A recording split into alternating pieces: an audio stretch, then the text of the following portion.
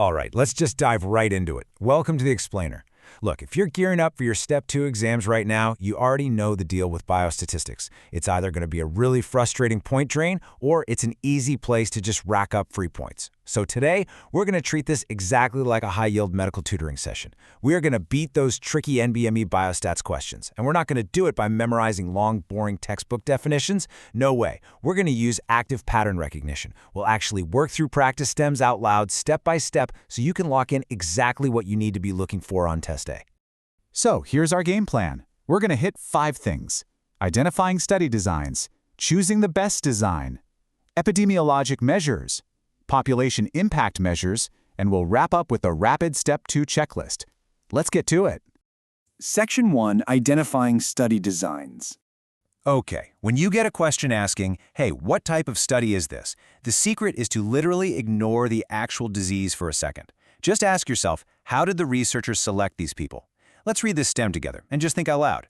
200 patients with lung cancer were compared to 200 controls. They were asked about their smoking habits. Wait a second, pause. Did they start with the exposure or did they start with the outcome? Well, they started by grouping people into those with lung cancer and those without. Lung cancer is the outcome, right? And then they looked backwards in time to ask about the exposure, which is smoking. Starting with the disease and looking backward means this is unequivocally a case-control study. You've grouped cases and controls. Now, if it was just 5 cases of lung cancer with 0 comparison group, well, that's just a case series. And if it's just one single patient, that's a case report. So you really need a diagnostic checklist for every single study design stem they throw at you. I want you to relentlessly drill these 5 questions into your mind. 1, did they start with the exposure? 2, did they start with the outcome? 3, did they measure the exposure and the outcome at the exact same time, like a snapshot?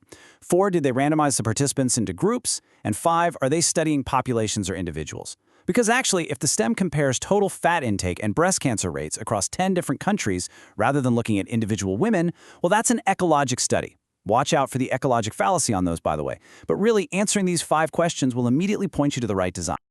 Oh man, okay, here is a classic NBME trap that catches students literally all the time. Confusing a retrospective cohort study with a case control study. Remember our checklist.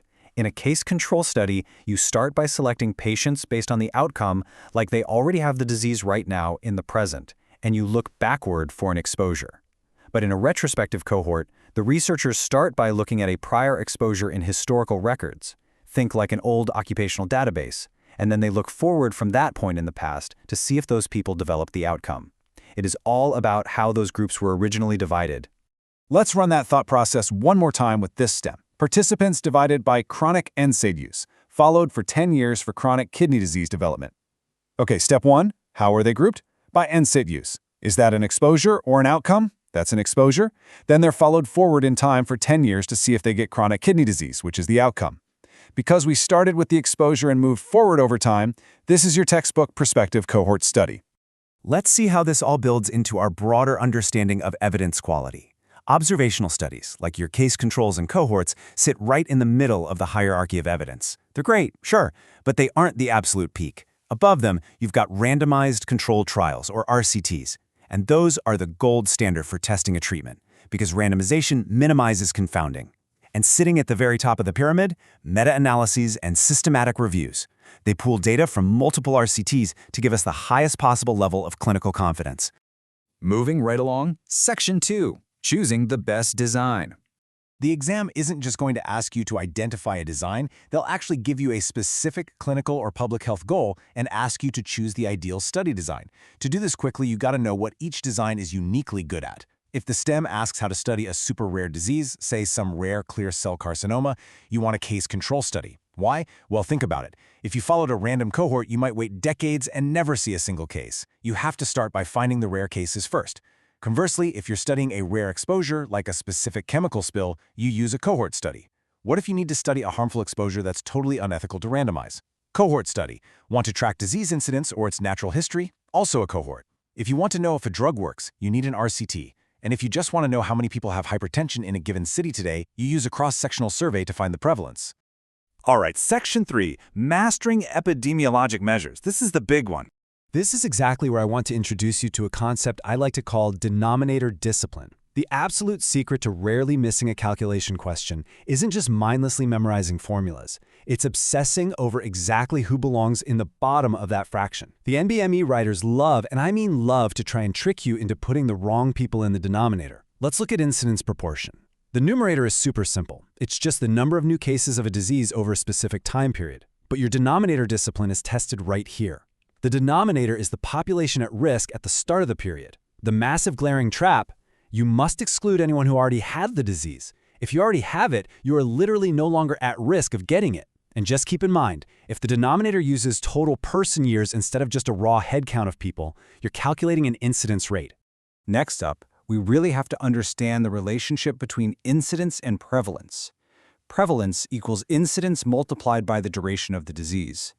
What this means in the real world is that if a brilliant new drug comes out that doesn't actually cure a disease, but it stops people from dying from it, meaning they survive longer with the condition, the disease duration goes up. Consequently, the prevalence is actually going to go up, even if the incidence, the number of brand new cases, stays exactly the same. Let's think aloud through how they'll actually test this denominator discipline on exam day. City of 1 million, 4,000 have multiple sclerosis, 300 new cases diagnosed this year. What is the incidence? Okay, let's do the math. The numerator is the 300 new cases. But what's our denominator? I'll tell you what it's not. It is not 1 million. We absolutely must subtract the 4,000 people who already have MS because they are no longer at risk. So, your incidence is exactly 300 divided by 996,000. Do not fall for the 1 million trap. Now, sometimes they'll ask you for an attack rate. Don't let the name freak you out. An attack rate is literally just a specialized incidence proportion used for short, rapid outbreaks. Think like a sudden wave of foodborne illness on a cruise ship.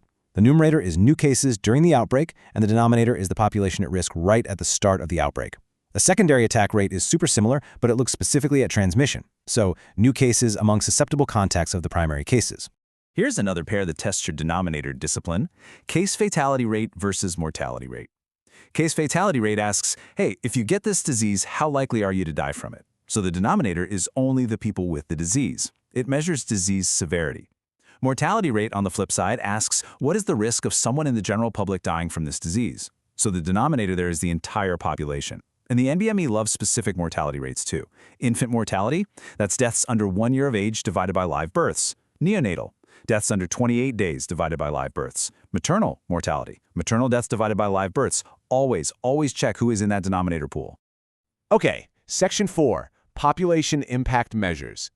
Now we're putting on our public health hats. These measures aren't just about individual risk. They help public health officials prioritize interventions. They answer the big question, where should we spend our limited healthcare dollars to prevent the most total cases? You need to distinguish between attributable risk and population attributable risk, or PAR. Attributable risk calculates the excess risk strictly among the exposed individuals. It's just the risk in the exposed minus the risk in the unexposed. If they ask for attributable risk percent, just take that AR and divide it by the total risk in the exposed. It's the proportion of disease specifically tied to that exposure. But population attributable risk zooms out to the whole city or country. It asks, what would the impact be if this exposure was eliminated for the whole population? You might also see SMR pop up. Standardized mortality ratio. This just compares observed deaths in your specific group to expected deaths in the general public. So if your SMR is 2.0, your group has double the expected mortality. You are almost guaranteed to see a scenario like this. Which intervention prevents the most total cases? Eliminating a rare exposure with a massive relative risk, or a common exposure with a modest relative risk? The answer is almost always the common exposure with a modest risk. Why? Think about hypertension. It's a modest risk factor compared to something dramatic, like, say, heavy radiation exposure, but because millions and millions of people have hypertension, treating it prevents far more total heart attacks in the population than eliminating a super rare hazard. It's a numbers game. All right, alphabet soup time. The exam might throw some acronyms at you regarding disease burden. YPLL stands for Years of Potential Life Lost.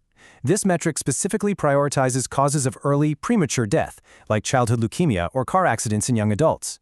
QALYs, Quality Adjusted Life Years, and DALYs, Disability Adjusted Life Years, go a step further. They don't just count the years someone is alive, they factor in the actual quality of that life and the burden of living with a chronic disability. And finally, Section 5, Rapid Step 2 Checklist. All right, we are in the home stretch here. This is your mental warm-up right before you walk into the exam room. Let's run through it fast. If participants are selected by disease status, it's a case control study, and you calculate an odds ratio.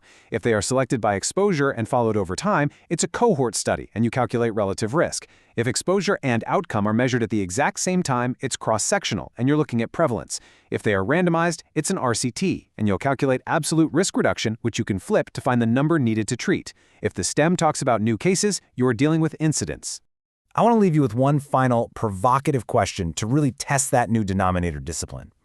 If an NBME STEM shows the prevalence of a disease rising while the incidence remains perfectly flat, what exactly just happened? And think about it for a second. The number of new cases didn't change at all. What happened is that treatments improved, survival increased, and the disease duration lengthened. More patients are living with the disease, meaning they are trapped in that prevalence pool, driving the total number up. Keep that denominator logic locked in, trust your step-by-step reasoning, and you are absolutely going to crush these questions. Thanks for joining me for this explainer.